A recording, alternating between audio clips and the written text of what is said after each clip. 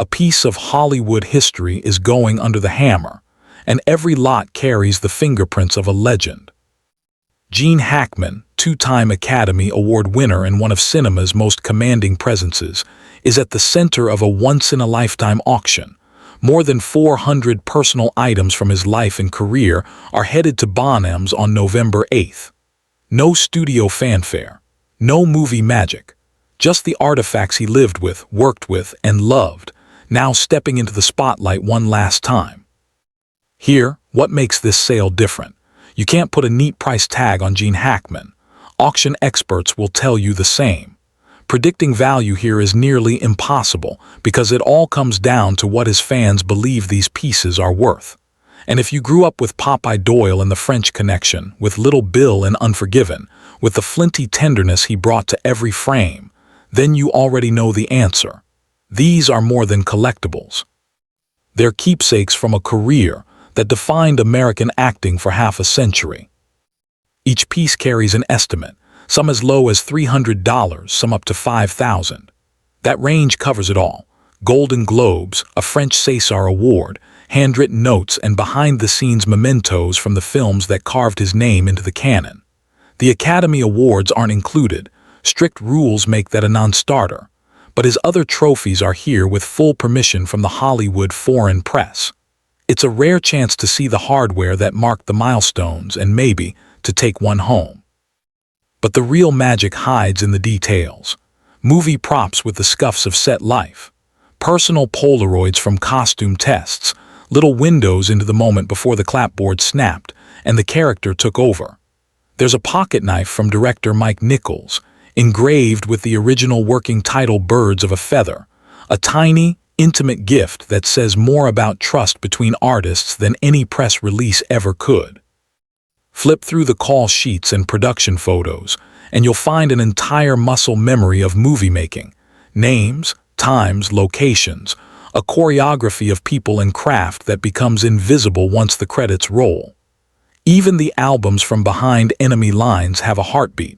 They're expected to bring in several $100s each, but what they carry is priceless. The process. And then the pieces that stop you cold. One of the most emotional lots pays tribute to Gene's late wife, Betsy. A bronze bust he sculpted of her, accompanied by the original plaster cast, signed by Gene himself. It's valued between $2,000 and $3,000, but the number feels beside the point.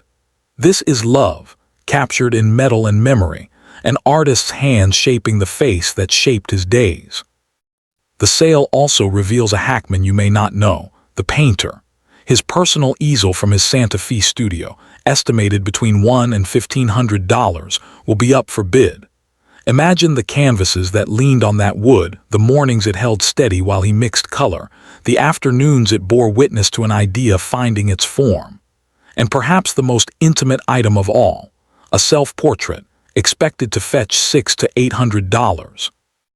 Those close to him say the painting distills his lifelong fascination with the human form, the same curiosity that gave his characters their weight, their mystery, their truth.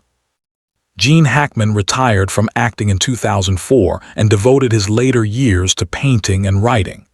Earlier this year, he passed away at his home in Santa Fe at the age of 94 from heart disease. Just 6 days before, his wife Betsy, his partner and caretaker, also died at home. It's impossible not to feel the echo of that love in this collection.